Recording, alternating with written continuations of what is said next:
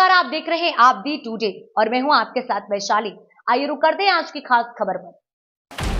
झांसी में संघर्ष सेवा समिति का बढ़ता दायरा अब स्पष्ट रूप से नजर आने लगा है। डॉक्टर संदीप एक समाज सेवी के साथ साथ श्री गहोई वैश्य समाज की प्रतिष्ठित पंचायत श्री गहोई वैश्य पंचायत के पंच भी हैं। इसी कारण कई स्वजातीय बंधु अपनी समस्या लेकर संघर्ष सेवा समिति कार्यालय पहुंचते हैं। आज मौरानीपुर निवासी राजेंद्र गुप्ता संघर्ष सेवा समिति कार्यालय पहुंचे, जहां उन्होंने बताया कि हम लोग 3 भाई हैं और वह छोटी उम्र से ही व्यापार के सिलसिले में कानपुर में रहने लगे। उनके दोनों छोटे भाई गांव में ही रहते थे, जिनका नाम क्रमशः रमेश गुप्ता और अशोक गुप्ता है। उन दोनों ने उनकी जानकारी के बिना आधी से अधिक पुश्तैनी संपत्ति बेच दी है और उससे दिल्ली में जमीन जायदाद बना ली। समय रहते उन्हें इसकी जानकारी नहीं हो पाई। जब उन्हें इस बारे में पता चला तो वह अपनी बची हुई संपत्ति बचाने के लिए संघर्ष सेवा समिति कार्यालय पहुंचे और उन्होंने डॉक्टर संदीप से निवेदन किया कि वह इस मामले में दखल देकर बची हुई संपत्ति की सुरक्षा करने और बेची हुई संपत्ति पर उचित कार्रवाई करने में सहयोग करे।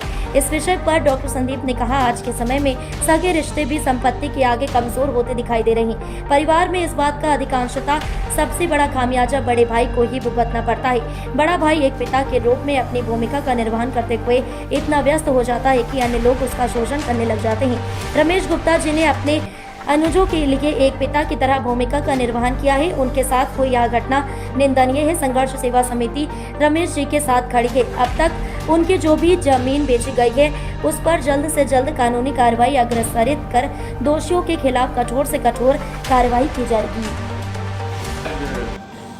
हमारे समाज के सजातीय बंधु श्री राजेंद्र गुप्ता जी, जिनका रानीपुर में भी निवास है और मौरानीपुर में है और अभी वो प्रेजेंट टाइम पे कानपुर में रह रहे हैं।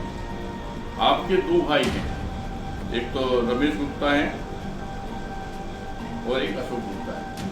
क्या है कि तीनों भाइयों की पुश्तैनी प्रॉपर्टी जिसका कोई हिस्सा बांट नहीं हुआ है, लेकिन इनके बिना संज्ञान में आए, राजेंद्र गुप्ता जी के बिना संज्ञान में आए, उनके भाइयों द्वारा कई प्रॉपर्टियों को बेच दिया गया और कई प्रॉपर्टी इनकी ऐसी है जिन्हें बेचने का वो लोग समाज में गंदा काम कर रहे हैं।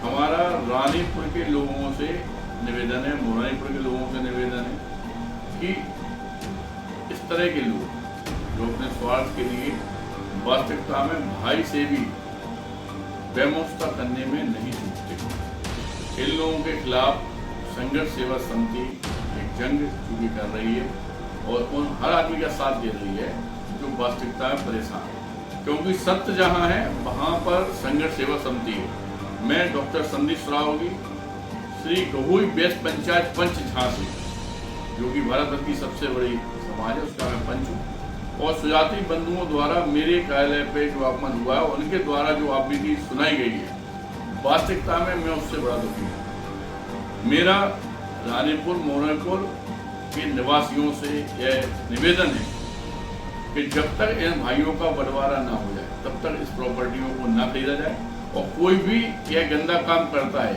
या जिसने भी यह गंदा काम पहले किया है उस गंदे काम को रोकने के लिए मैं डॉक्टर संदीप राव संघर्ष सेवा समिति समझती श्री राजेंद्र गुप्ता जी के साथ में आप लोगों से निवेदन है कि कृपया करके इस गंदे काम में किसी का भी साथ ना दें।